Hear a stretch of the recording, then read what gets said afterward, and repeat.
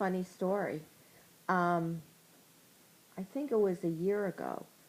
We went to Judy Balk's daughter's bat mitzvah. Yeah. And a man was introduced to me at the luncheon, and it turns out he was dating Aunt Esther. Small world. Well, Ron and I went to see Aunt Esther. I think you were already in Arizona. It was late in the, like, November. What does she look like? Oh, she's still a beautiful woman. I always saw her when I visited California. Mm-hmm. I feel very sad for her. Yeah. He ruined her life. I know he did. He ruined her life. Yeah. He signed notes on loans that signed her name that she had no idea. It was awful. Now, he had kidney failure as a young man. I mean, he was in his early 60s when he died. And Aunt Sarah was 58 when she died. My mother's sister. She was 58 years old. Your mother's sister. Sarah. Oh, Sarah, yeah. Palak. My uncle, Ron's daughter lives in Los Angeles, so I would go out there, I would see, I was always did the right thing. Yeah. And I visited him with Ron a couple times while he was getting dialysis in some dialysis center in Santa Monica. And then when he was really dying, Aunt Esther, who was by then divorced from him, took Ron and me to the hospital. And we saw him. He was barely with it. Well, didn't one of her sons die too? Roger died. Yeah. And the other son's still living? And the other son has the gambling addiction and is barely making it. In fact, Who is this now? Marvin's wife, Esther. Oh. when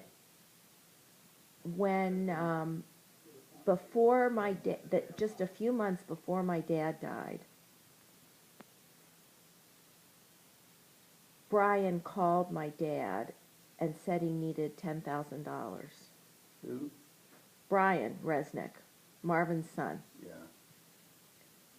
And I said, and my dad said, "What do you think?" And I said, "It's your money, not mine. You'll never get it back." Right. And he said, "Well, I feel I have to do it." And so he gave the money to Brian.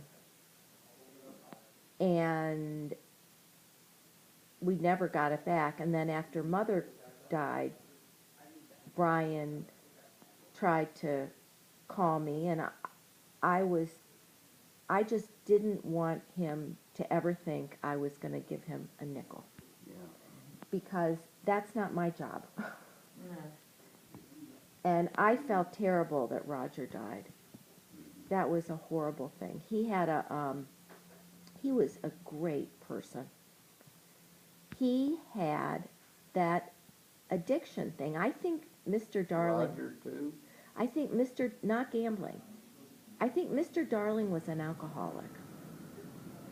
And actually, gambling is like alcoholism. It's just a different form of addiction.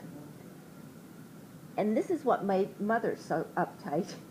Mother would never touch a drop of alcohol, she, I think, saw kind of the landscape of what happened around the family. But Roger, who was in law school at the time, got addicted to crack cocaine.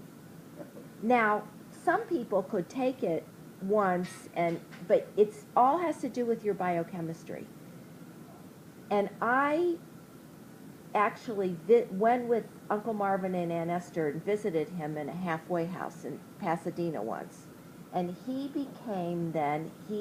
got clean, and he became a artisanal baker. He worked in restaurants and pastry chef and whatnot. Very talented. He had some kind of a congenital back problem. And he had to have surgery. And there was no way to have the surgery without painkillers. And they had the whole thing managed, but he basically, whatever dose they gave him, he died in his sleep as a young man. That was so my aunt, she just has had Yeah. one tragedy after another. And you know where she lives? I She think lives on in this, Fifth Avenue. she lives in University Square, which is the Yeah. same building where my Aunt Libby lived with my grandmother. So Who